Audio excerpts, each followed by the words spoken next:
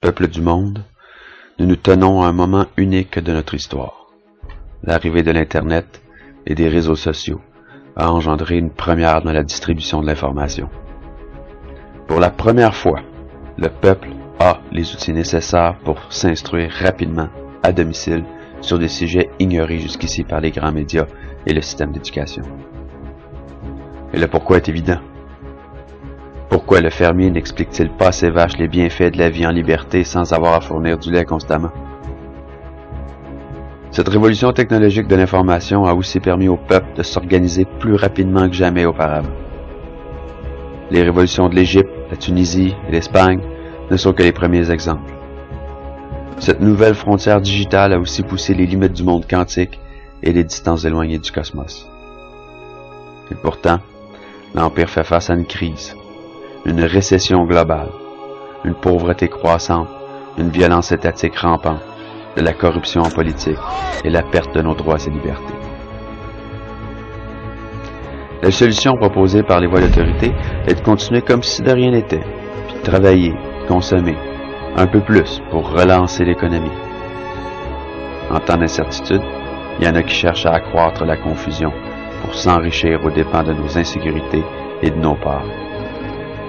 Pour ceux qui tirent avantage de nous garder divisés, la stratégie sournoise prend plusieurs formes convaincantes. Mais quelque chose d'inattendu s'est produit. Nous avons commencé à partager notre histoire, en partageant nos vies, nos espoirs, nos rêves, nos démons. À chaque instant du jour et de la nuit, les détails de l'actualité qui autrefois nous échappaient font aujourd'hui le tour de la planète en l'espace de quelques minutes. Au fur et à mesure que nous voyons la vie des gens d'ailleurs défiler sur notre écran, nous devenons de plus en plus conscients des conséquences de nos actions et des erreurs du système déchu, en remettant en question les vieilles présomptions qui disent que nous sommes faits pour consommer plutôt que pour créer, que le monde était une ressource inépuisable à exploiter, que les guerres et la pauvreté sont inévitables. À mesure qu'on comprend mieux notre communauté, une vérité fondamentale a été redécouverte. Nous ne sommes pas aussi différents que nous pourrions le croire. Chaque être humain a des forces et des faiblesses et des émotions. Nous avons tous besoin d'amour. Nous aimons rire et nous craignons d'être seuls et nous rêvons d'une vie meilleure.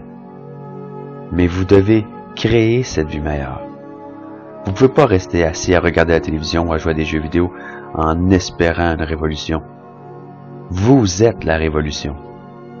À chaque fois que vous refusez d'exercer vos droits, à chaque fois que vous n'insistez pas pour qu'on les respecte, à chaque fois que vous refusez d'envisager un autre point de vue, à chaque fois que vous ignorez le monde autour de vous, à chaque fois que vous gaspillez $1 dans un commerce qui n'offre pas des salaires raisonnables, vous contribuez sans savoir à l'oppression du corps humain et la répression de son esprit. Vous avez une option, celle de prendre le chemin facile et familier et d'ainsi contribuer à votre propre soumission.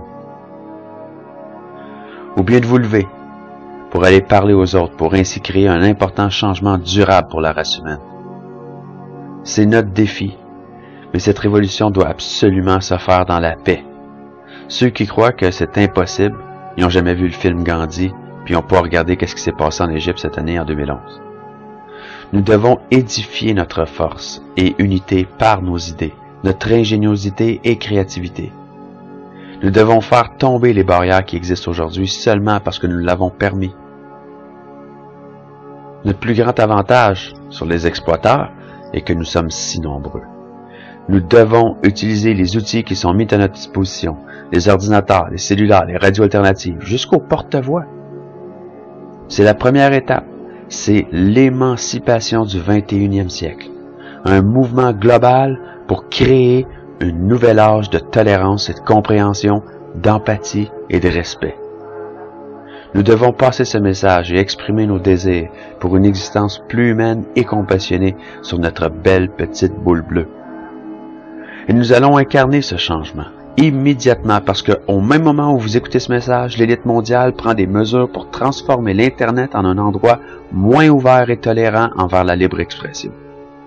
C'est une attaque directe à vos droits et c'est ce qui nous amène à la prochaine étape de la révolution. Deuxième étape, la suprématie digitale. Nous devons reprendre le terrain perdu car ça va très vite. Nous pouvons le ressentir quand on comptabilise nos finances, dans notre liberté d'expression, dans notre habileté à vivre une existence de qualité en sécurité pour un avenir meilleur.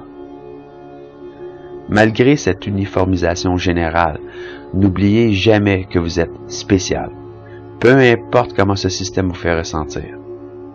Les banques, le marché de la bourse, la politique, ces systèmes sont minables à côté du pouvoir que vous détenez en tant qu'être humain. Vous possédez un pouvoir infini dans cette idée d'un monde meilleur, et cette idée est de mieux en mieux implantée dans le cyberespace. La suprématie digitale est un appel à tous ceux qui ont la capacité de repousser les barrières du monde virtuel. Les encryptages, les algorithmes, les réseaux et mesures de sécurité ne sont pas incontournables pour ceux qui possèdent les bonnes connaissances. Nous savons que vous êtes là, et l'appel que vous attendiez est lancé. Les grandes banques qui gardent nos vies en otage de la monnaie, les gouvernements qui commettent des infractions tyranniques pour garder les gens prisonniers de ce système doivent être renversés. C'est le temps de hacker la planète. C'est le temps de changer les rôles de pouvoir et leur montrer que nous en avons assez. Nous ne sommes pas stupides. Nous avons compris la game. Vous êtes les guerriers digitales de l'Underground. C'est votre bataille et elle commence maintenant. Commencez des assemblées pour une rétribution globale. Utilisez tous les moyens pour distribuer ce message. Il est temps pour le peuple de reprendre le pouvoir qui leur a toujours appartenu. Distribuez ce message de révolution non violente partout. Soyez créatifs, chaînes de courriel, blogs, forums, campus, radio alternative, cellulaire, porte à porte. Votre imagination est la seule limite. Ça commence maintenant. À vous tous qui participez à cette suprématie digitale, les gouvernements et les médias feront tout ce qu'ils peuvent pour démoniser notre mouvement et les intentions paisibles et humaines qui nous guident dans cette révolte. C'est là que votre travail commence. Passez le message de toutes les manières possibles, pamphlets, graffitis, musique, lecture, conférences et manifestations paisibles. Mais ne soyez pas confus. Le moindre acte de violence de notre part nous fera perdre toute crédibilité et leur donnera tous les droits de nous emprisonner, frapper et même tuer en plus de détruire le mouvement. Si nous réussissons à tenir à nos principes de non-violence comme Gandhi l'a fait et de démasquer les agents provocateurs qu'ils introduiront indéniablement dans notre mouvement, l'opinion publique, en notre faveur, grandira elle aussi indéniablement. So, what you're saying is you don't know what this is? Not yet, sir. All we know is it just keeps getting bigger. Documentation? My philosophy, Mr. President, is shoot first and ask questions later. I don't like uninvited guests. All right then. Stetter? Mr. President. Yes? Priest Vito Cornelius, expert of astral phenomena. I have a different theory to offer you, sir. You have 20 seconds.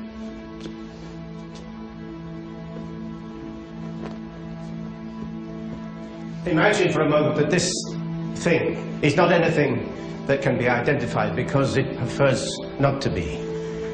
Wherever there is life, it brings death. Because it is evil, absolute evil. One more reason to shoot first. Evil begets evil, Mr. President. Shooting will only make it stronger. Your theory is interesting, Father, but we don't have time to go into that right now. Time is of no importance, Mr. President. Only life is important. You're right. That's exactly what we're going to do. We're going to protect the life of some 200 billion of my fellow citizens. General, you may fire when ready. Upfront loading of a 120ZR missile. Marker lights on the objective.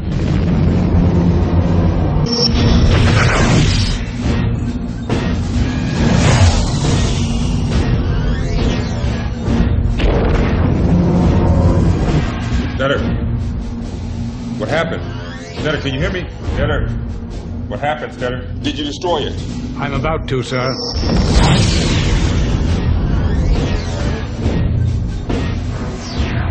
The planet has increased in diameter by 200%. It's moving towards the ship.